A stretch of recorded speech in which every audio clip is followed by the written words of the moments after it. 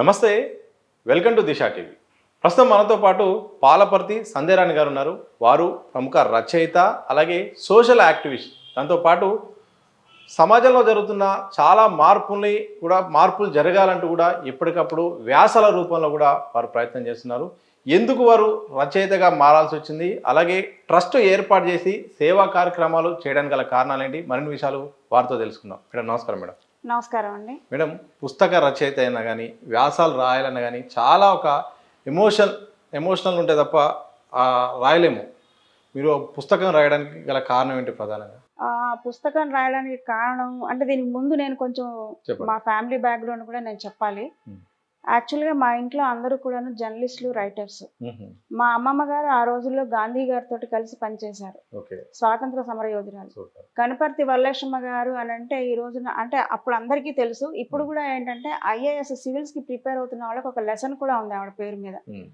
So నేను ప్రత్యేకంగా రచనలు చేయాలి అని ఏనాడు నాకు దృష్టి పెట్టలేదు. నేను అనుకోకుండా ఇంట్లో వాళ్ళందరూ ఉన్నప్పటికీ కూడా ఏనాడు ఒక పద్యం కానీ ఒక కవిత కానీ రాసి ఎరగను నేను.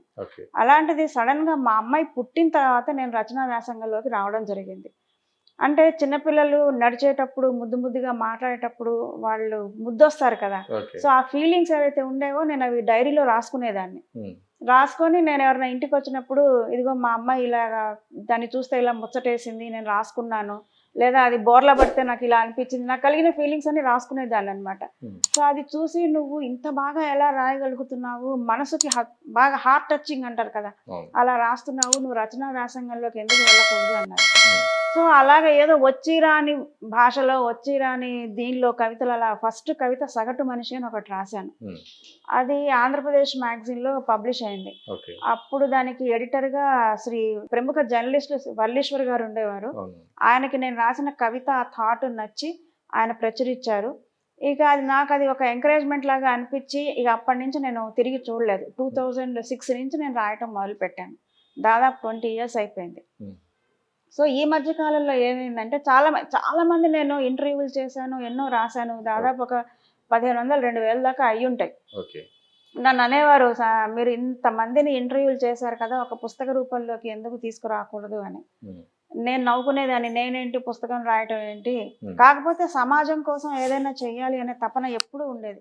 ఎందుకంటే మా కుటుంబంలో మా తాతగారు దాదాపు 100 పెళ్లిళ్ళు చేశారు. మాకు ఎట్లాంటి ఆస్తిపాస్తులు లేకపోయినా ఎవరన్నా గుమ్మం ముందుకు వచ్చి సహాయం అడిగితే మాత్రం తప్పకుండా చేసేవారు.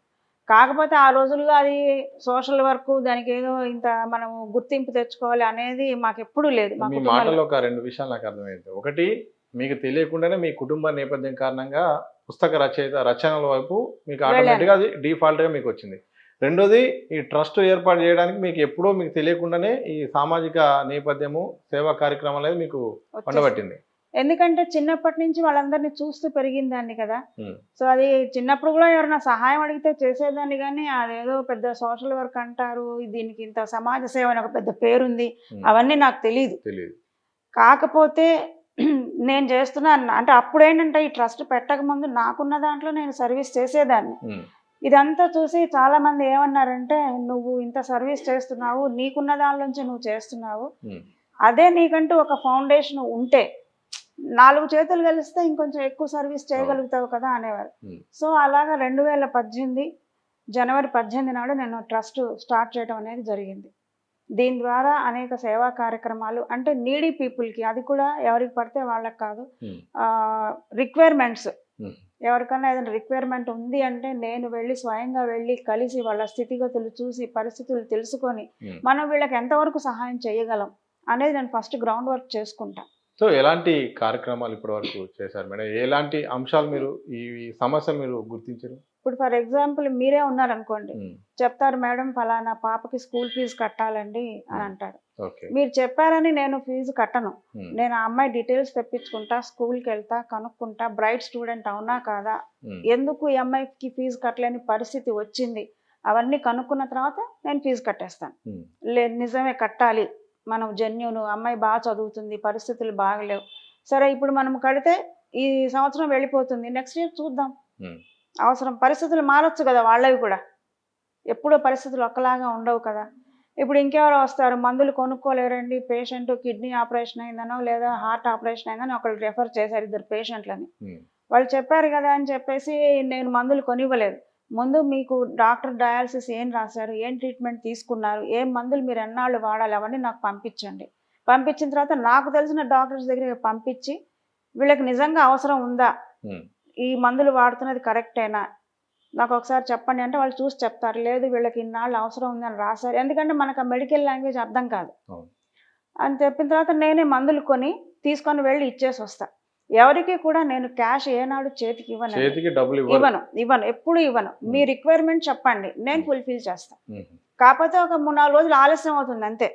కానీ నిధుల సమీకరణ అనేది చాలా కీలకమైన, ఎందుకంటే ఇస్తున్నారంటే చాలా మంది, తీసుకునే వాళ్ళు చాలా మంది ఉంటారు.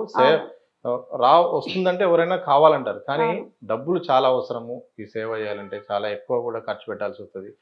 ఉచిత అన్నదానం అన్నా కానీ 100 మంది వస్తారు, దానికి తగ్గట్టు ఖర్చు అవుతుంది. మరి మీరు సొంతంగా భరించే శక్తి మీకుందా, లేకపోతే బయట నుండి మీకు ఏమన్నా దాతల రూపంలో సాయం అందుతుందా? సొంతంగా అంటే కొంతవరకు నేను భరించగలనండి. ఇప్పుడు ఒక 10,000 15,000 అంటే భరించడం కష్టం, ఒక మధ్యతరగతి హౌస్ వైఫ్ నేను కూడాను.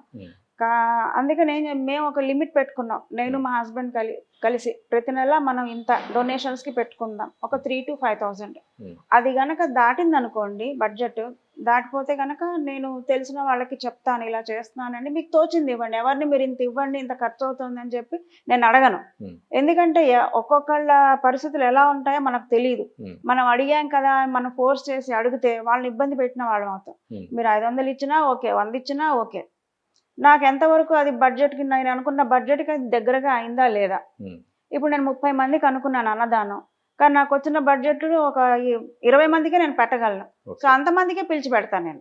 మేడం, ఇంకోటి మహిళల సమస్య, ఆడపిల్లల సమస్యను ఈ ట్రస్ట్ రూపంలో ఏమైనా గుర్తించారా? వాళ్ళకి ఏమన్నా మీ ద్వారా ఏమన్నా పనులు చేశారా?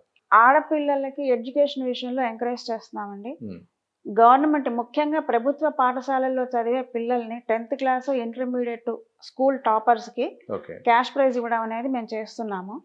ఆ తర్వాత గవర్నమెంట్ స్కూల్స్కి వెళ్ళి ఆడపిల్లలకి ఈ అంటే అవగాహన సదస్సులు, గుడ్ టచ్ అంటే ఏంటి, బ్యాడ్ టచ్ అంటే ఏంటి, తర్వాత ఇప్పటి టెక్నాలజీని ఎలా ఉపయోగించుకోవాలి, మనకు తెలియని అపరిచితులతోటి మనం ఎంత జాగ్రత్తగా ఉండాలి, ఇవన్నీ కూడా అవగాహన సదస్సులు మేము నిర్వహిస్తున్నాము. అలాగే చాలా మందికి ఇంతకుముందు గవర్నమెంట్ పిల్లలకి రిక్వైర్మెంట్స్ కొన్ని ఇచ్చేది, ఇప్పుడు ఇవ్వట్లేదు అనమాట. సో ఆ రిక్వైర్మెంట్స్, బేసిక్ నీడ్ ఆడపిల్లలకి ఏదైతే ఉంటుందో మంత్లీ టైంలో, అవన్నీ మేము చాలా దాదాపు ఇప్పటికి ఒక 10-15 వేల వరకు మేము డిస్ట్రిబ్యూట్ చేయడం అనేది జరిగింది. మేడం, ఎలాంటి స్పందన వస్తుంది? ఎందుకంటే బాగా ఏమైనా సేవ చేసినప్పుడు కానీ, ఏమైనా పని చేసినప్పుడు కానీ ఒక తృప్తి అనేది ఉంటుంది. మీ ట్రస్ట్ ద్వారా బాగా మీకు మంచిగా అనిపించిన ఒక సందర్భం ఏంటి? మా ట్రస్ట్ ద్వారా చేసే ప్రతి కార్యక్రమం నాకు సంతోషమే అనిపిస్తుంది. ఇంకా కొన్ని ఎలా ఉంటాయంటే, కొంతమంది అసలు పాపం సరుకులు కొనుక్కోలేక, తిండి లేక అల్లాడిపోతున్న వాళ్ళు ఉంటారు. అలాంటి వాళ్ళకి నేను సరుకులు కొని ఇచ్చినప్పుడు వాళ్ళు చేతులెత్తి దండం పెడతారు, అమ్మ మీ మూలంగా మేము ఒక వారం రోజులు భోజనం చేయగలుగుతాము అని సరుకులు ఇచ్చారు అని. నేను నెలంతా పోషించలేకపోవచ్చు, పోనీ కనీసం నా కాన్సెప్ట్ ఏంటంటే ఒక్క పూటన్నా వాళ్ళు కడుపు నిండా తింటే చాలు, నాకు అది సంతోషాన్ని ఇస్తుంది. అలాగే కొంతమంది ఈ భార్యాభర్తలు కూడా ఏవో చిన్న చిన్న డిస్ప్యూట్స్ తోటి విడిపోదాం దాకా వస్తారు, విడిపోయి అలాంటి వాళ్ళకి కౌన్సిలింగ్ చేస్తాను. మొన్ననే ఎవరో చెప్పారు, మీరు కౌన్సిలింగ్ చేసిన తర్వాత మా అమ్మాయి అల్లుడు చాలా హ్యాపీగా ఉన్నారండి. నాకు అంతకంటే ఏం కావాలి? అంతే, చిన్న చిన్న విషయాలకి వాళ్ళు పెద్దవి చేసేసుకొని ఆ విషయాల్ని భూతద్దంలో పెట్టి చూడటం, నువ్వు ఇలా చేసావు, నువ్వు అలా చేసావు. ఎక్కడైనా సరే పెళ్ళి పెళ్ళనే కాదు, లైఫ్ అంటేనే అడ్జస్ట్మెంట్. నువ్వు ఎప్పుడైతే అడ్జస్ట్ కాలేవో నువ్వు ఎక్కడ సక్సెస్ కూడా కాలేవు. సో ఇప్పుడు పుస్తక రచయిత విషయానికి వద్దాం మేడం, ఎందుకంటే మీరు రాసింది దివ్యాంగుల పైన. అవును. ఎందుకు ఆ పుస్తకాన్ని రాయాల్సి వచ్చింది? అంతగానో మీకు ప్రేరణ ఇచ్చిన సందర్భం ఏంది? ఆ పుస్తకం ద్వారా ఏం చెప్పదలుచుకున్నారు? ఈ పుస్తకం ద్వారా చెప్పదలుచుకున్నది ఏంటి అంటే, జీవితం అనేది ఒక్కసారే వస్తుంది. క్షణికావేశంలో మీరు ఆవేశపడిపోయి ఆత్మహత్యలు చేసుకోవద్దు. ప్రమాదం అనేది మనకు తెలియదు, వెనక నుంచి ఎవరో వస్తారు, ఎదుటి నుంచి ఎవరో వస్తారు, బండి గుద్దేస్తారు, లేదా మనమే పడిపోతాం ఏ బండికి, అది మనకు తెలియదు. కానీ ఇక్కడ ఆత్మహత్య అనేది ఏంటి, మనం మృత్యువుని ఆహ్వానిస్తున్నాం. అసలు ఎందుకు చనిపోవాలి? చనిపోయి ఏం సాధిస్తాం? అలాగని నేను మీరు చనిపోవద్దు అని అందరికీ నేను చెప్పలేను కదా. సో ఒకరోజు నాకు తెల్లవారుజామున నా చెవిలో ఎవరో చెప్పినట్టు అనిపించింది, వికలాంగుల మీద పుస్తకం రాయి అని చెప్పి. చాలా స్పష్టంగా 2012 ఫిబ్రవరి నెలలో ఇదే టైంలో ఇంచుమించు. నేను కళ్ళు తెరిచి చూస్తే అది బహుశా ఇది ఎవరికి నమ్మకం ఉండకపోవచ్చు, కల కాదు, నా చెవిలో స్పష్టంగా ఎవరో చెప్పినట్టు అనిపించింది, వికలాంగుల మీద పుస్తకం రాయి. టక్కులు లేచి కూర్చుంటే ఎవరు లేరు, ఇదేంటి ఇంత స్పష్టంగా ఎవరో నా చెవిలో చెప్పారు అని అది ఒక మనసులో విత్తు పడిపోయింది. సరే ఎప్పుడెప్పుడు తెల్లవారుతుందా, ఎప్పుడెప్పుడు దీని గురించి ఆలోచిద్దాం అంటే షేర్ చేసుకోవాలి, ఏమిటి చెప్పాలి నేను వికలాంగుల గురించి నేను రాస్తాను, కానీ ఒక మెసేజ్ అనేది ఉండాలి కదా. సో దానిలోంచి వచ్చిన థాట్ ఏంటంటే వాళ్ళు చేయగలిగింది మనం ఎందుకు చేయలేం, వాళ్ళ యొక్క సక్సెస్ స్టోరీస్ని ఒక పుస్తక రూపంలోకి తీసుకురావాలని అప్పుడు నాకు థాట్ వచ్చింది. సరే ఇక ఇంట్లో పనులన్నీ అయిపోయిన తర్వాత మా ఇంట్లో అందరూ రైటర్స్ అని చెప్పాను కదా. సో మా మేనత్త పాలపర్తి ఉమాదేవి గారు అని ఉన్నారు, ఆవిడ రైటరే, మంచి కవయిత్రి. ఆమెకి ఫోన్ చేసి నేను చెప్పాను, అత్తయ్య ఇలా నాకు చెవులో ఎవరో చెప్పినట్టు అనిపించింది, పుస్తకం అయితే రాస్తాను, రాయడం ద్వారా ఇలాంటి సందేశాన్ని ఇద్దాం అనుకుంటున్నాను, ఈ ఆలోచన ఎలా ఉంది అని అడిగాను ఆమెను. అంటే చాలా మంచి ఆలోచన, ఇది సొసైటీకి చాలా పనికొచ్చేది, మోటివేషన్ అది, సొసైటీకి చాలా పనికొచ్చేది, నువ్వు తప్పకుండా రాయి అని చెప్పి ఆమె ఎంకరేజ్ చేశారు. తర్వాత చిల్లర భవానీదేవి గారు ప్రముఖ రచయిత్రి, ఆవిడది మాది ఒకటే ఊరు, ఆవిడకి ఫోన్ చేశాను. ఆవిడ అన్నారు, ఈ కాన్సెప్ట్ తోటి ఎవరు పుస్తకం రాయలేదు సంజ, చాలా మంచి ఆలోచన, నువ్వు పుస్తకం మొదలుపెట్టు అన్నారు. ఇక ఈ సక్సెస్ అయిన దివ్యాంగుల్ని ఎలా మరి నేను కనుక్కోవాలి. సో నాకు తెలిసిన రిపోర్టర్స్, తెలిసిన వాళ్ళు వీళ్ళంతా కొన్ని రెఫరెన్స్లు ఇచ్చారు. ఇస్తే వాళ్ళని కలిసి నేరుగా వాళ్ళని ఫోన్ చేసి ఇలా ఒక పుస్తకం కొంతమంది ఒప్పుకోలేదు పుస్తకంలో రాయడానికి, మేము ఒప్పుకోమండి, మా గురించి తెలియాల్సిన అవసరం లేదని కొంతమంది ఏమో ఒక ఇన్స్పిరేషనల్ స్టోరీగా మీరు ప్రజెంట్ చేస్తామన్నందుకు మాకు చాలా సంతోషంగా ఉంది, మీరు మమ్మల్ని గుర్తించి మాకు శాశ్వతంగా పుస్తకాల్లో స్థానం ఇస్తామంటే మేము ఎందుకు వద్దంటామని అనుకున్న వాళ్ళు కొంతమంది ఉన్నారు. సో అలాగా నేను 33 మందిని నేను సెలెక్ట్ చేసుకొని, అందులో అంటే మీరు చూడండి, మీకు ఎక్కువ గమనించేది చూపు లేని వాళ్ళు, blind persons, visually challenged persons ఏంటంటే ఎక్కువ సంగీతం వైపు వెళ్తారు. మరి అందరినీ సంగీత కళాకారులుగా అందులో రాస్తే మళ్ళీ అది ఎవరికి చదవాలని అనిపించదు. అందుకని ఏం చేశాను, ఒక క్రికెట్ ప్లేయరు, ఒక డాన్సరు, ఒక ఇన్స్ట్రుమెంట్ ప్లేయరు, ఒక రైటరు, ఇలాగ డిఫరెంట్ కేటగిరీస్ నుంచి ఒక 33 మందిని సెలెక్ట్ చేసుకొని రాయడం జరిగింది. సో ఆ పుస్తకం రాసిన తర్వాత ఎలాంటి స్పందన వచ్చింది? నేను పుస్తకం రాసిన కాన్సెప్ట్ ఒకటి, అంటే వాళ్ళని చూసి వాళ్ళని స్ఫూర్తిగా తీసుకోమని నేను మెసేజ్ ఇచ్చాను, ఏది మనలాంటి వాళ్ళకి. కానీ ఆ పుస్తకం నన్ను ఎక్కడికి తీసుకెళ్ళిందంటే, కొంతమంది దాని మీద 3 పిల్లలు పిహెచ్డి చేశారు, పర్సనాలిటీ డెవలప్మెంట్ కిందికి వస్తుందని చెప్పేసి. కొంతమంది వరంగల్, హన్మకొండ నుంచి ఒక స్టూడెంట్ ఫోన్ చేసి, మేడం ఇప్పుడే లైబ్రరీలో మీ బుక్ చూశాను నేను, ఇది నాకు చాలా ఉపయోగకరంగా ఉంది, నేను పిహెచ్డి చేస్తున్నాను, నా పర్సనాలిటీ డెవలప్మెంట్ థీసిస్కి ఇది పనికొస్తుంది, మీరు పర్మిషన్ ఇస్తే నేను ఈ పుస్తకం మీద రీసెర్చ్ చేస్తానంటే నాకు అంతకంటే కావాల్సిందేమో. నూజివీడులో ఒక అమ్మాయి, ఆవిడ పేరు దివ్య అనుకుంటాను, నాకు ఆవిడ ఎక్కడెక్కడో ఆవిడ డిజబుల్డ్ వాళ్ళ మీద రీసెర్చ్ చేస్తుందట, ఎవరో చెన్నైలో చెప్పారట ఇలాగ ఫలానా ఆవిడ పుస్తకం రాశారు, హైదరాబాద్లో ఉంటారని. ఆవిడ ఎక్కడెక్కడో మరి మొత్తానికి కష్టపడి నా కాంటాక్ట్ నెంబర్ సంపాదించి ఆవిడ పర్మిషన్ తీసుకున్నారు. మొన్న జస్ట్ 2025లో హెచ్యులో ఒక స్టూడెంట్ దాని మీద పిహెచ్డి చేస్తున్నాను, నాకు పర్మిషన్ ఇస్తే నేను డిజబిలిటీ దీని మీద నేను ఒక థీసిస్ సబ్మిట్ చేసుకుంటానంటే అతనికి కూడా పర్మిషన్ ఇచ్చాను, 3. అలాగే నాకు తెలియదు నా పుస్తకం అట్లాంటా ఎట్లా వెళ్ళిందో నాకు తెలియదు. అక్కడ అట్లాంటా నుంచి ఒకళ్ళు ఫోన్ చేసి, మీ book one of the best బుక్గా మేము సెలెక్ట్ చేసామని వాళ్ళు అక్కడి నుంచి ఫోన్ చేశారు. ఈ పుస్తకం ద్వారా నాకు రాసినందుకు ఎన్నో పురస్కారాలు వస్తాయి, కానీ నేను ఈ పురస్కారాల కోసం, దేనికి గుర్తింపు కోసం నేను ఈ పుస్తకం రాయలేదు. మనిషి జీవితం నిలబడాలి, ఆవేశంలో ఉన్న వాళ్ళు ఈ పుస్తకాన్ని క్షణికావేశాలు, ఒక్క క్షణం వాళ్ళ ఆవేశాన్ని కంట్రోల్ చేసుకోగలిగితే జీవితం బాగుంటుంది. ఈ సందర్భంలో ఈ మధ్యకాలంలో చాలా పరిణామాలు జరుగుతున్నాయి. చంపడం, ప్రధానంగా భార్య భర్తను చంపడం, భర్త భార్యను చంపడం, సాధారణంగా మనుషుల్ని చంపుకోవడం అనేది ఒక షార్ట్ కట్ వే, చాలా చిన్న విషయం అవుతుంది, కనీసం దాని తర్వాత అయ్యే పరిణామాలు కూడా లెక్క చేయట్లేరు. ఈ డెత్ మర్డర్ కాన్సెప్ట్ను, దీనికి ఒక పరిష్కారం ఎట్లా జరుగుతున్న వాటిని ఎట్లా చూసవచ్చు?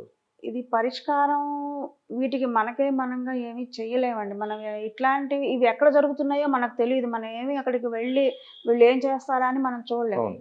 కదా. ఘటనని ఆపలేం మనం. ఆపలేం. జరగదని కాకపోతే కోరుకోవాలి తప్ప ఆపలేం. ఇప్పుడు భార్యాభర్తలే కావచ్చు, స్నేహితులే కావచ్చు, బంధువులే కావచ్చు. అసలు ఈ హత్యల దాకా వెళ్ళటం అనే ఆలోచనే చాలా విపరీతం. ఎక్స్‌ట్రీమ్ ధోరణి అంటారు దాన్ని. అది మానసికంగా వాళ్ళు ఒక విధంగా క్రూయాలిటీ వల్ల డెవలప్ అయిపోయింది. ముఖ్యంగా భార్యాభర్తల అనుబంధంలో నేను చెప్పొచ్చేది ఏంటంటే, ఇవాళ కూడా పేపర్‌లో నేను చూశాను. భార్య భర్తను చంపేసింది. భర్త భార్యను చంపేశాడు. అసలు ఇది ఎంతో నమ్మకంతోటి జీవితంలో ముందుకు వెళ్ళాల్సిన పటిష్టమైన బంధం పెళ్లి అనేది. ఇప్పుడు మీకు వాళ్ళిద్దరికీ సరిపడట్లేదు. సరిపడినప్పుడు నీకు అతనిలో నచ్చనివేంటో నువ్వు ఓపెన్‌గా చెప్పొచ్చు. అతనికి ఆమెలో నచ్చనివేవి ఉన్నాయో ఓపెన్‌గా చెప్పొచ్చు. సరే, ఈగోస్ ముఖ్యంగా ఈగో అనేది ఉండకూడదండి భార్యాభర్తల మధ్య. ఈ ఈగోస్ వల్ల కొంత సమస్యలు అనేవి వస్తున్నాయి. సరే, ఈగో నువ్వు చెప్తే నేను వినేదేంటి అనేది ఒక ఈగో. అదే కూర్చొని మాట్లాడుకొని కొన్నాళ్ళు మనం ఇలా 1-2 సార్లు మీ మనసులో కలుగుతున్న భావాలు, మీరు చేస్తున్న పని నాకు నచ్చట్లేదు, మీరు ఇలా ఉంటే బాగుంటుంది అని. ఇప్పుడు నష్టం ఏమీ లేదు చెప్పినందువల్ల. నీ కుటుంబాన్ని నువ్వు కాపాడుకోవడానికి ప్రయత్నించాలి. అది నీ ఇల్లు, నీ కుటుంబం, నీ పిల్లలు, నీ బాధ్యతలు. నేను వీడు చెప్పింది వినాలా అని ఆమె చెప్పింది నేను వినాలా అని ఇతను. ఇట్లాంటివి ఉన్నప్పుడు సమస్యలు ఎక్కువైపోతాయి. చాలా మంది కూడా ఇంకా పిల్లల్ని కూడా కనీసం కన్సిడర్ చేయట్లేదు. పెళ్లి కాని వారైతే మాత్రం తల్లిదండ్రులను కన్సిడర్ చేయట్లేరు. వాళ్ళ మరి తర్వాత మేము లేకపోతే ఏమైపోతుందని కూడా ఆలోచన చేసుకోవట్లేరు. అలాంటి వారికి ఏం చెప్తారు? ఈ యువత కూడా ఇవాళ రేపు యువత ఎలా ఉంది అంటే, దీనికి కొంత నేను చెప్పొచ్చేది ఏంటంటే తల్లిదండ్రుల పెంపకం లోపం అండి. మొదటి నుంచి తల్లిదండ్రులు పిల్లలకి చాలా కంఫర్ట్ జోన్లో ఉండాలి, లగ్జరీ లైఫ్ అనుభవించాలి, వాళ్ళకి కష్టం తెలియకూడదని అనుకుంటారు. అది చాలా తప్పు. మీకు డబ్బు ఉన్నా కూడా వాళ్ళకి కష్టం నేర్పండి. ఫస్ట్ కష్టం విలువ ఎప్పుడైతే వాళ్ళకి తెలుస్తుందో వాళ్ళు ప్రతిదీ కొంచెం డీప్గా ఆలోచిస్తారు. మంచి చెడు ఒకటి చెప్పాలి వాళ్ళకి. ఈ పని చేస్తే నీకు వచ్చే మంచి ఏంటి, ఈ పని చేస్తే నువ్వు జరిగే నష్టం ఏంటి, ఆ రెండు చెప్పాలి. లేదు, పిల్లలకి కొన్ని మోరల్ స్టోరీస్ చెప్పి దానిలో నీకు ఏం అర్థమైందో చెప్పమని చిన్నప్పుడు. అట్లా మీరు ఎప్పుడైతే చిన్నప్పటి నుంచి వాళ్ళ మనసులో ఒక విత్తు అనేది నాటుతారో, పెద్ద అయిన తర్వాత వాళ్ళు ఏదైనా పని చేస్తున్నప్పుడు ఒకసారి ఆలోచిస్తారు. మీరు పిల్లలకి టైం స్పెండ్ చేయనందువల్ల వాళ్ళ మనసులో ఏం జరుగుతోంది, ఎలాంటి ఆలోచనలు వాళ్ళకు వస్తున్నాయి అనేది మీకు తెలియట్లేదు. ఇప్పుడు ఈ మధ్య చూశాను, తండ్రిని బెంచ్ కార్ అడిగేట కొడుకు. అతను పాపం సామాన్య రైతు, పొలం పనులు చేసుకునేవాడు.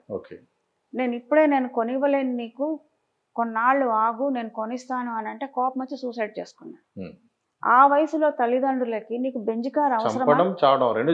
చనిపోయినాడు అబ్బాయి. సో తల్లిదండ్రులకి అది కడుపు కోత. అంత ఆ కారు కోసం నువ్వు నీ జీవితాన్ని అంతం చేసుకుంటే వాళ్ళ పరిస్థితి ఏంటి? ఇప్పుడు ఇంట్లో పరిస్థితులు ఏదైనా అడగాలన్నా ఇంట్లో పరిస్థితులు చూసుకొని అడగాలండి పిల్లలు. ఇప్పుడు నాకు ఒక ఆవిడ చెప్తారు, నాకు ఫిజియోథెరపీకి వెళ్ళే చోట ఒక మా పిల్లలు 100 రూపాయలు అడిగిన చోట 1000 రూపాయలు ఇచ్చేవాళ్ళమండి. తప్పు నీదే కదా. ఈ రోజున వాళ్ళు మాట వినట్లేదు, లగ్జరీ లైఫ్కి అలవాటు పడ్డారు, డబ్బులు కావాలంటున్నారు, పీడించుకు తింటున్నారు అని అంటే ఎందుకు? దానికి కారణం ఎవరు? మీరే. ఇప్పుడు 100 రూపాయలు అడిగినప్పుడు 100 ఇస్తూ దీనిలో కొంచెం మిగిల్చడానికి ప్రయత్నం చేయరా అని చెప్పాలి. వాడు ఆలోచిస్తాడు, 10 రూపాయలు మిగిల్చగలనా, 20 రూపాయలు మిగిల్చగలనా అని. 100కి 1000 ఇచ్చినప్పుడు లావిష్గానే ఖర్చు పెట్టేస్తాడు.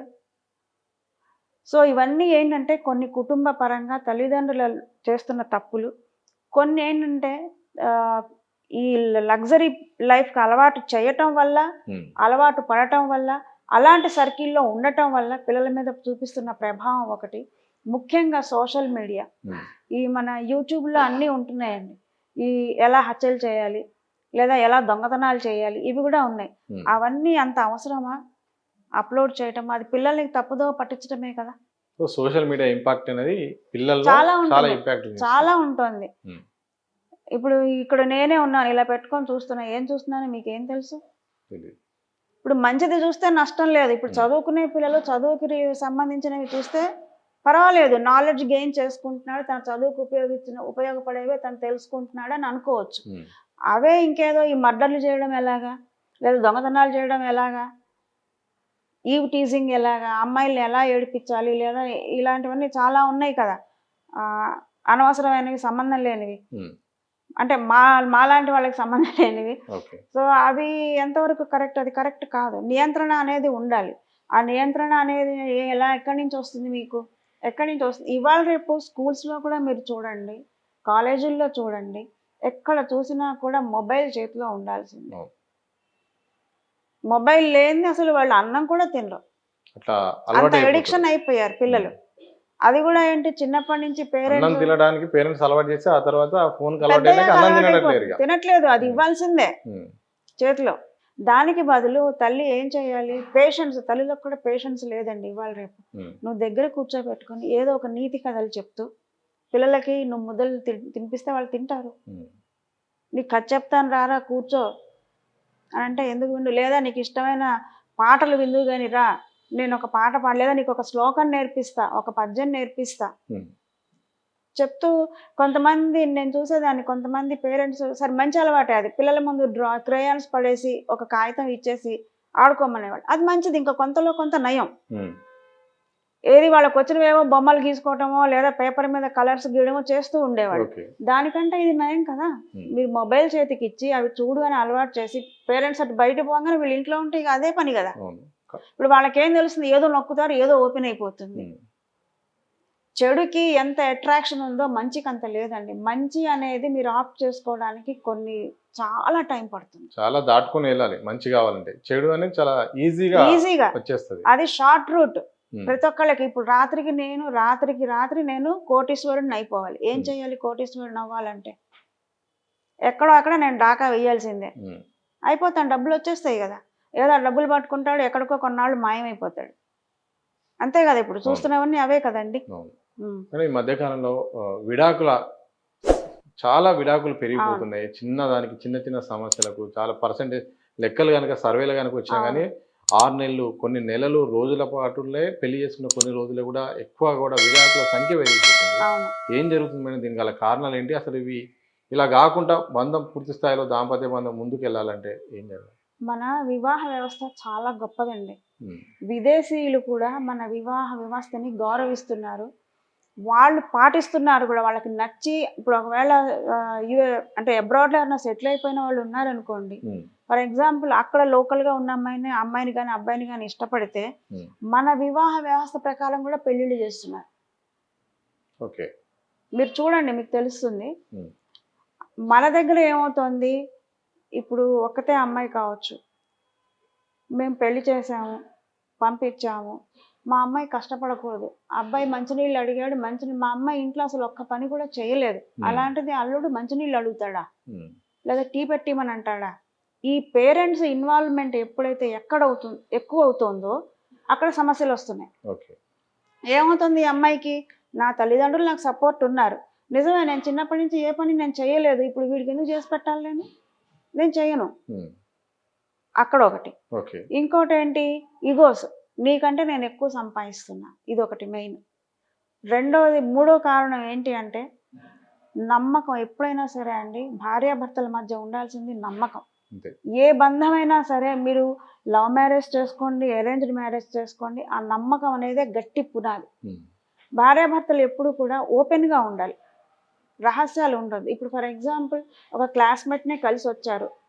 నేను నా ఫ్రెండ్‌ని కలిసొచ్చాను. ఆ అమ్మాయి ఇగో యూఎస్ నుంచి ఇవాళే వచ్చిందని భర్త ఓపెన్‌గా చెప్తే అది అనుమానాలకి తావివ్వదు. హ్మ్. నువ్వు ఎప్పుడైతే దాచిపెడతావో థర్డ్ పర్సన్ వచ్చి చెప్తాడో హ్మ్. నాకెందుకు చెప్పలేదు ఈయన అంటే ఏదో ఉందన్నమాట. హ్మ్. ఇలాంటి క్వెషన్‌లు వస్తాయి. రాకుండా మనం ఓపెన్‌గా ఉన్నామనుకోండి, థర్డ్ పర్సన్‌కి ఆ ఛాన్స్ ఉండదు. అవును. ఎప్పుడైతే మీరు థర్డ్ మూడో పర్సన్ వ్యక్తి ఎప్పుడు రెడీగా ఉంటాడో అవకాశం ఇయ్యద్దు. ఇవ్వకూడదు కూడా. ఇప్పుడు ఈ అమ్మాయి ఉంది, సరే కాలేజీలో చదువుకున్న అబ్బాయి వచ్చాడు, కలిసింది, మా ఫ్రెండ్ అండి, మా క్లాస్మేట్ అండి అని పరిచయం చేయి. పరిచయం చేస్తే అక్కడే నీకు నమ్మకం పెరుగుతుంది. నువ్వు పరిచయం చేయకుండా నువ్వు ఎక్కడో బయట వెళ్ళి కలిసేసి వచ్చి దాచిపెడితే అది ఎందుకు నా దగ్గర దాచిపెట్టింది, తను దాచిపెట్టాల్సిన అవసరం ఏమొచ్చింది, నా గురించి తెలియదు అతనికి అనే క్వశ్చన్ ఒకటి వస్తుంది. ఇంకొకటి వస్తున్న సమస్య ఏంటంటే అడ్జస్ట్ కాకపోవటం, కాంప్రమైజ్ కాకపోవటం. పెళ్లిలో మీరు లైఫ్ అంటేనే అడ్జస్ట్మెంట్. ఇక వివాహం అంటే 2 కుటుంబాలు, మీ బ్రాటప్ వేరు, ఈ బ్రాటప్ వేరు, అడ్జస్ట్ అవ్వాలి. అండర్స్టాండింగ్, ట్రస్ట్ ఇవన్నీ ఉన్ననాడు ఈ సమస్యలు రావండి. ఈ ముఖ్యంగా తల్లిదండ్రులు ఇన్వాల్వ్ కాకూడదు. అంతా వాళ్ళకు అవకాశం ఇవ్వద్దు. అసలు అవ్వకూడదు. ఒకవేళ తల్లి చెప్తున్నా కూడా ఈ అమ్మాయి ఏమనాలంటే, అమ్మ నేను చూసుకుంటాను, నాకు ఏదైనా అవసరమైనప్పుడు నేను చెప్తానని కట్ చేయాలి. వాళ్ళు ఇన్వాల్వ్ కావద్దు, వీళ్ళు అవకాశం ఇవ్వద్దు. ఇప్పుడు అమ్మ చెప్తుంటేనే కదా నువ్వు విని చేస్తున్నావు. అదే నువ్వు వినకుండా కట్ చేసావు అనుకో, ఆ సమస్య రాదు కదా. ఇప్పుడు ఈ మధ్య నాకు తెలిసిన వాళ్ళు ఒకళ్ళు, బాగా తెలిసిన వాళ్ళు, పెళ్ళయింది, కొడుకు పెళ్లి చేశారు. ఎంత మంచి ఇన్లాస్ అంటే ఆ అమ్మాయి తల్లిదండ్రులు ప్రతి దానిలో ఇన్వాల్వ్ అవ్వడం. మా అమ్మాయికి తలనొప్పిగా ఉంది, టాబ్లెట్ ఇవ్వు. మా అమ్మాయికి జ్వరంగా ఉంది, వాళ్ళకి తెలియదా అండి? అల్లుడికి ఫోన్ చేసి చెప్పాలా రాత్రి 11ంటికి. ఆ ఇన్వాల్వ్మెంట్ తోటే గొడవలు వస్తాయి. ఇప్పుడు పెళ్లి చేసుకొని బాధ్యత తీసుకున్నప్పుడు మగవాడు తనకు తెలియదా భార్యకి తలనొప్పి వస్తే మందులు ఇవ్వాలని, జ్వరం వస్తే చూసుకోవాలని తెలియదా? ప్రతిదీ చెప్పి ప్రతిదీ నువ్వు అల్లుడికి చెప్పడం ఏంటి? ఈ అమ్మాయి ప్రతి విషయం. ఇంకొకటి, ఆడపిల్లలకు ఉన్న అలవాటు ఏంటంటే అత్తగారింట్లో జరిగే ప్రతి ఇష్యూ పుట్టింట్లో చెప్తారు. చెప్పకూడదు. ఇక్కడే ఉండాలి, అక్కడే. అసలు మేజర్ సమస్యల కారణం కూడా ఇదే. సమస్యల కారణం అదే. ఇంకొకటి, భార్యాభర్తలు ఎలా ఉండాలి అని అంటే, ఆఫీసుల నుంచి వస్తారండి, వచ్చిన తర్వాత ఈ మొబైల్ ఫోన్స్, ఈ టైం ఇక ఆఫీస్ నుంచి వచ్చిన తర్వాత భోజనం చేసిన తర్వాత ఈ టైం నా ఫ్యామిలీకి, నా భార్యకి, నా భర్తకి అంతే. ఈ ఫోన్స్ తీసి పక్కన పెట్టేయాలి. నువ్వు బెడ్రూమ్లో కూడా ఫోన్లు తీసుకెళ్ళి అవే మాట్లాడుకుంటూ అవే చూసుకుంటూ కూర్చుంటే మీరు మీ వ్యూస్ని ఎప్పుడు షేర్ చేసుకుంటారు చెప్పండి? మీకు టైం, మీరు మీ మొబైల్ మీది, ఆ మొబైల్ ఆమెది, ఇక నిద్ర వచ్చేసింది, పడుకుంటారు. ఇప్పుడు ఎక్కడైనా సరే కూర్చొని కాసేపు కబుర్లు చెప్పుకోవడము, లేదా సరదాగా కాసేపు బయటికి వెళ్ళటము, ఒక సినిమాకి వెళ్ళటము. సరే ఎక్కడికి వెళ్ళి అలసిపోయి వచ్చాం, ఆఫీసులకు పొద్దున్న నుంచి వెళ్ళి పనులు చేసుకుని అలసిపోయి వచ్చాం, ఇంట్లోనే కూర్చొని కబుర్లు చెప్పుకోండి. థర్డ్ పర్సన్ గురించి వద్దు. థర్డ్ పర్సన్ గురించి మీ ఇంట్లో వాళ్ళు ఇట్లా, మా ఇంట్లో వాళ్ళు ఇట్లా, ఈ డిస్కషన్స్ వద్దు. అక్కడ మళ్ళీ గొడవ మొదలవుతుంది. General issues. ఒక టీవీలో ఒక సినిమా పెట్టుకుందాం, ఆ సినిమాలో వాళ్ళు ఏమిటి బాగుందా లేదా, ఇలాంటివి ఎన్నో ఉన్నాయి, లేదా ప్రపంచంలో ఎన్నో జరుగుతున్నాయి, వాటి గురించి డిస్కస్ చేసుకోవచ్చు. లేదు, మీ ఇద్దరికి మీ వ్యూస్, మీకు ఏమిటి ఇష్టం, మీకు ఏది ఇష్టం, ఇవి షేర్ చేసుకోవచ్చు. ఇవన్నీ లేకుండా మొబైల్స్ పట్టుకొని ఎవరి దారిన వాళ్ళు ఉండి, షేరింగ్ అనేది లేక, అండర్స్టాండింగ్స్ అనేది లేక, ట్రస్ట్ అనేది లేక, మరి విడాకులకే దారితీస్తాయి. సో మీరు చెప్పిన దాంట్లో మొబైల్ ఫోన్ అనేది పిల్లలకు, పెద్దవాళ్ళకు, అన్ని రకాల వరకు ఒక థర్డ్ పర్సన్ లాగా తయారైంది, ఒక శత్రువు లాగా. మొబైల్ ఫోన్ విషయంలో చాలా జాగ్రత్త లేకపోతే మాత్రం కొలాప్స్ అయ్యే పరిస్థితి. లిమిట్. ఇప్పుడు పెద్దవాళ్ళు, చిన్న పిల్లలు అంటే మనం చేతిలోంచి లాగేసుకోవచ్చు, పెద్దవాళ్ళ మన కంట్రోల్లో మనకు ఉండాలి ఫోన్ అనేది, అంతే కదా. ఇప్పుడు పొద్దున అనగా అందరూ ఉద్యోగాలు చేసుకునే వాళ్ళే కదండి, ఇవాళ రేపు అలసిపోయి వస్తారు, లేదా సరే పొద్దున ఏ 10ంటికో వెళ్ళినా ఇంటికి వచ్చేసరికి 8, 8:30 వచ్చి స్నానం ఫ్రెష్ అప్ అయ్యి వండుకొని తినేసరికి 10 అవుతుంది. మిగిలిన ఒక అరగంట టైం అన్నా మీకోసం, మీ ఇద్దరి కోసం మీరు కేటాయించుకోండి. అనుమానాలకి తావివ్వద్దు, ఓపెన్గా ఉండండి. ఇంకొక పర్సన్కి అవకాశం లేకుండా అసలు ఇవ్వద్దు. ఇప్పుడు ఫర్ ఎగ్జాంపుల్ ఏదో ఒక ఎమర్జెన్సీ వచ్చింది, వెళ్ళాల్సి వచ్చింది, చెప్పే అవకాశం లేదు, అప్పుడు చెప్పండి ఫోన్ ద్వారా, ఇట్లా నాకు ఎమర్జెన్సీ వచ్చింది, నేను వెళ్తున్నా, ఇన్ఫర్మేషన్ అంతే. ఎందుకంటే భార్యాభర్తల మధ్య ఆ ఇన్ఫర్మేషన్ ఇది కూడా లేకపోతే, కమ్యూనికేషన్ అనేది లేకపోతే మళ్ళీ అక్కడ ఒక క్వశ్చన్ రైజ్ అవుతుంది, నాకు చెప్పకుండా ఎందుకు వెళ్ళింది. అవకాశం ఇవ్వద్దు. ఓపెన్గా ఉండి, ఏ పని చేసినా ఓపెన్గా ఉండండి. మేడం, చాలా పెద్ద సమస్య ఏంటంటే ఈ మధ్యకాలంలో సూసైడ్ టెండెన్సీ విపరీతంగా పెరిగిపోయింది. మీ బుక్ రాసిన దానికి నిజంగా దీనికి చాలా లింక్ ఉంది. ఆ బుక్ చదివిన వాళ్ళకైనా ఆ ప్రేరణ కూడా ఏంటంటే మోటివేషన్ ఉంది. చిన్న పిల్లల దగ్గర నుండి పెద్దవాళ్ళ దగ్గర కూడా షార్ట్ కట్ మార్గం సూసైడ్ అని కూడా చాలామంది చూసుకుని ఆ వేలో వెళ్ళిపోతున్నారు.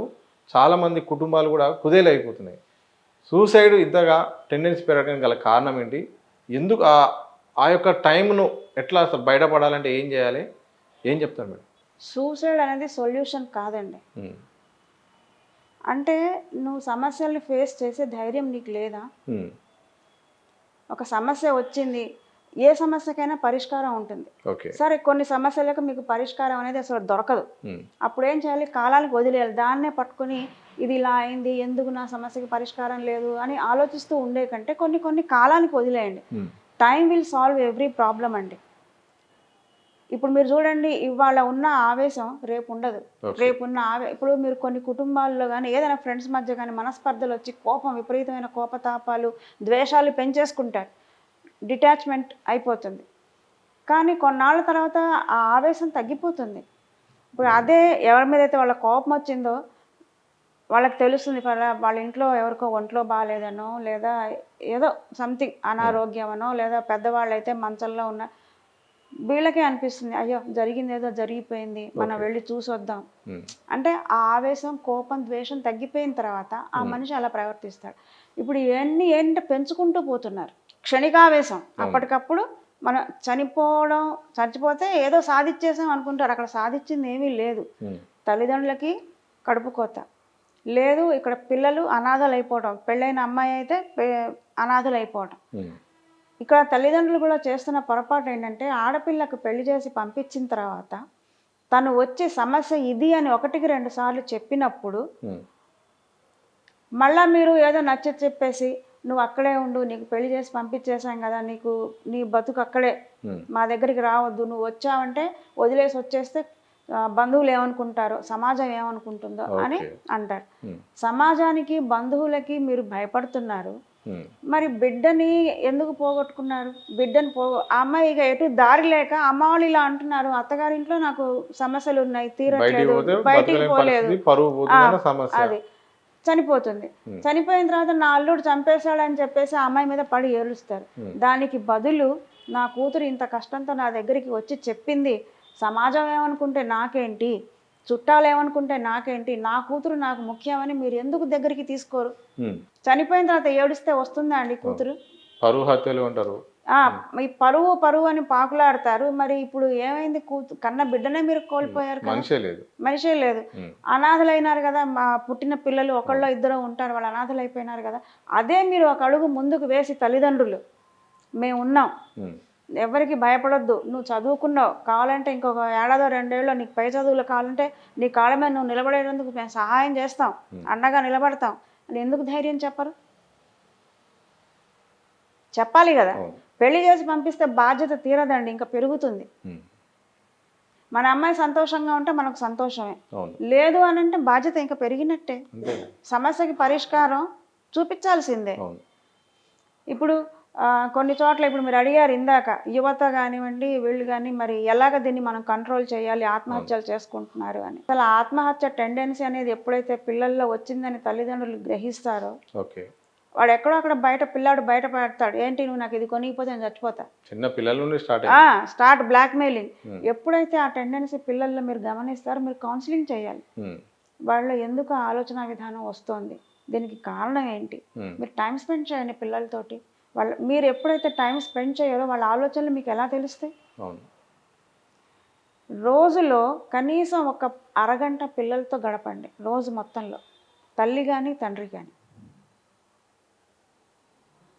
అప్పుడు అతను అమ్మాయి కానీ అబ్బాయి కానీ, అబ్బాయి అయితే తల్లికి తండ్రికి ఇద్దరికి చెప్పుకోగలుగుతాడు, అమ్మాయి అయితే తండ్రికి కొన్ని విషయాలు చెప్పుకోలేదు, తల్లితోనే షేర్ చేసుకోగలుగుతుంది. కొన్ని చోట్ల చూస్తుంటాను నేను, చిన్న పిల్లలు వాళ్ళు ఏదో ఒక బొమ్మ వేస్తారు, లేదా వాళ్ళకి స్కూల్లో ఏదో ఒక ప్రైజ్ వస్తుంది, వాళ్ళు పట్టుకొని వస్తారు సంతోషంగా, ఇది వచ్చింది నాకు అని. 5 years కావచ్చు, 7 years కావచ్చు. అమ్మని పిలిచినా కూడా నేను ఇప్పుడే వంట చేస్తున్నా, ఆఫీస్ నుంచి వచ్చి వంటలే చచ్చిపోతున్నాను, హడావిడిలో ఉన్నా, ఇప్పుడు ఏం నీ గోలా అని కసురుతుంది. పాపం ఆ పిల్లల మనసు చిన్నపుచ్చుకొని వెళ్ళిపోతారు. వాళ్ళకి ఏమనిపిస్తుంది, అమ్మ మాతో టైం 1-2 సార్లు అలా అయిందనుకోండి, వాళ్ళ మనసులో అది పడిపోతుంది.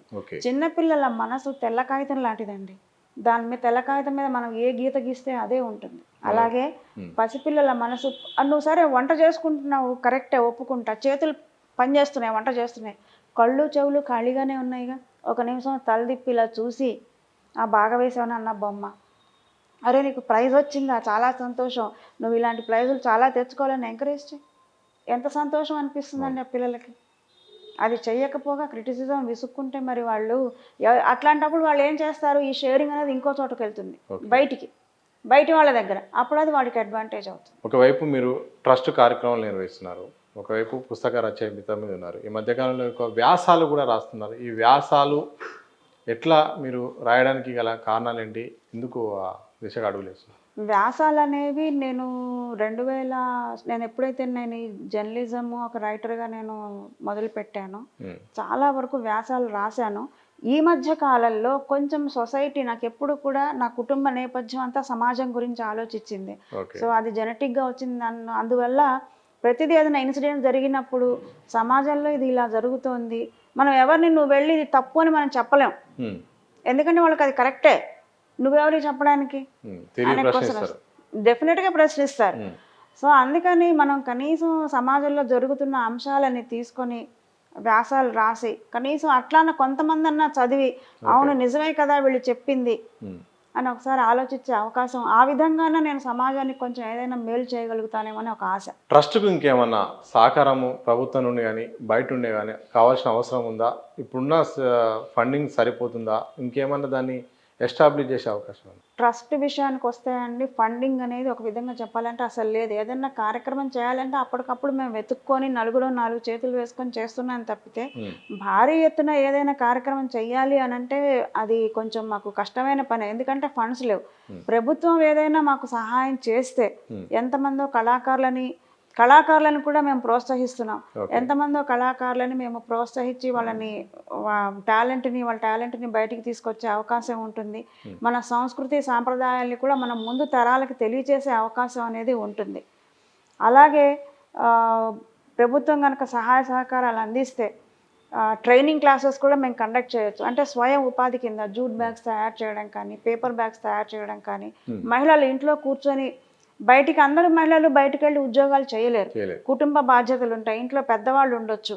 అటువంటప్పుడు వాళ్ళ ఇంట్లోనే కూర్చొని జూట్ బ్యాగ్స్ కానీ, ఫర్డాల్స్ కానీ, లేదా ఇలాగే పచ్చళ్ళు కానీ ఎన్నో వాళ్ళు చేసుకునేవి మనం ట్రైనింగ్ ఇవ్వచ్చు.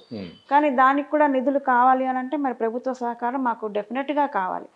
మా సంస్థ ద్వారా విస్తృతంగా ఎన్నో చేయాలని ఉన్నప్పటికీ కూడా ఈ ఆర్థిక ఇబ్బందుల వల్ల మేము కొంతవరకు లిమిట్లోనే మాకు చేయాల్సి వస్తుంది. ఎవరన్నా దాతలు మిమ్మల్ని కాంటాక్ట్ కావాలంటే ఎట్లా మిమ్మల్ని కాంటాక్ట్? మా నెంబరు ఇస్తే మమ్మల్ని కాంటాక్ట్ చేయొచ్చు. ఇంకొకటి ఏంటంటే మాది ఎంత ట్రాన్స్పరెన్సీగా ఉంటుందంటే, ఫర్ ఎగ్జాంపుల్ మీరే ఉన్నారు, అన్నదానం చేయాలి మేడం, ఎట్లా చేయాలో ఏంటో మాకు తెలియదు, మీకు డబ్బులు మేము పంపిస్తామని అంటారు.